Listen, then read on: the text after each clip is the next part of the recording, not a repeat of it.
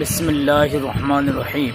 আজকে আমাদের গুরুত্বপূর্ণ আলোচনা, গতকাল যে আলোচনা করেছিলাম মধু নিয়ে, আজকে কালো জিরার বিষয় নিয়ে কিছু কথা বলবো ইনশাল্লাহ।